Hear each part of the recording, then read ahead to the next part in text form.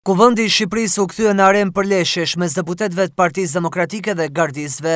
60 minuta kaos, përplasje fizike dhe flakadan bizotruan seancën e fundit plenare për këtë sesion, me ligjvënësit demokratë që kishin zaptuar karriget e kabinetit qeveritar për të protestuar për 3 çështje: betimin e Endri Shabanit si avokat popullit, dosjen e Akshit dhe çështjen e Belinda Ballukut. Dhe me ligjet e Republikës së Shqipërisë, zoti Shabani.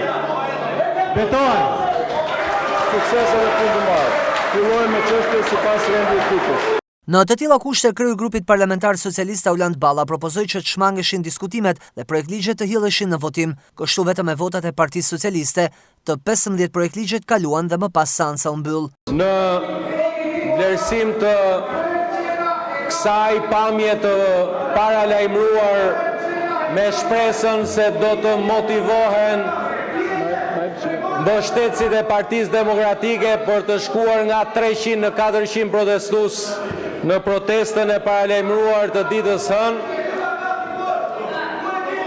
dhe në respekt të plot të procedurës neni 49, pika 1, në pamundësi për të zhvilluar diskutimet, kemi pasur sot në agjendën e ditës plot çështje të rëndësishme, sikurse edhe një debat për të diskutuar mbi luftën kundër krimit.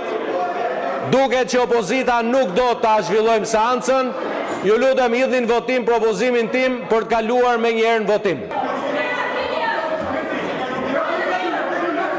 Për kaosin që shkaktuan në kuvend, 2 deputetët demokrat Klevis Balliu dhe Flamur Noka u përjashtuan nga seanca e kuvendit. Motoja e tyre është vidh dhe ik.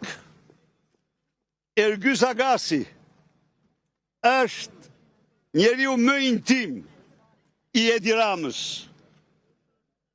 Terrorist me 2 pengmarrje dhe jeton i qetë pas një lloj bires me mbrojtje shtetërore.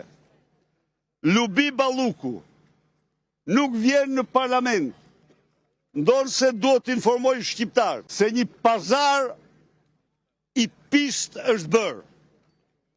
Pazari është më në fund, siç pata njoftuat 3 ditë më parë, se Rama ndodhej në zgjedhjen e më të vështirë të jetës tij, midis Lindës dhe Belindës, midis Lubis dhe Lindës, dhe Mram ka vendosur të mbaj Lindën, të lëshoj Belindën. Parlament me ata të cilët zbatojnë motor, vidh dhe ik, nuk ka dhe nuk mund të ketë.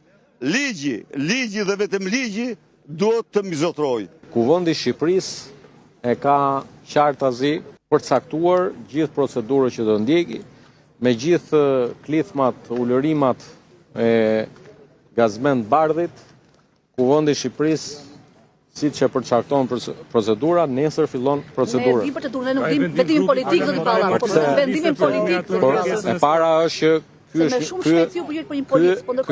ky është një rast ku Kuvendi i Shqipërisë do duhet ta kryejë procedurën sipas kushtetutës dhe sipas procedurës përcaktuar.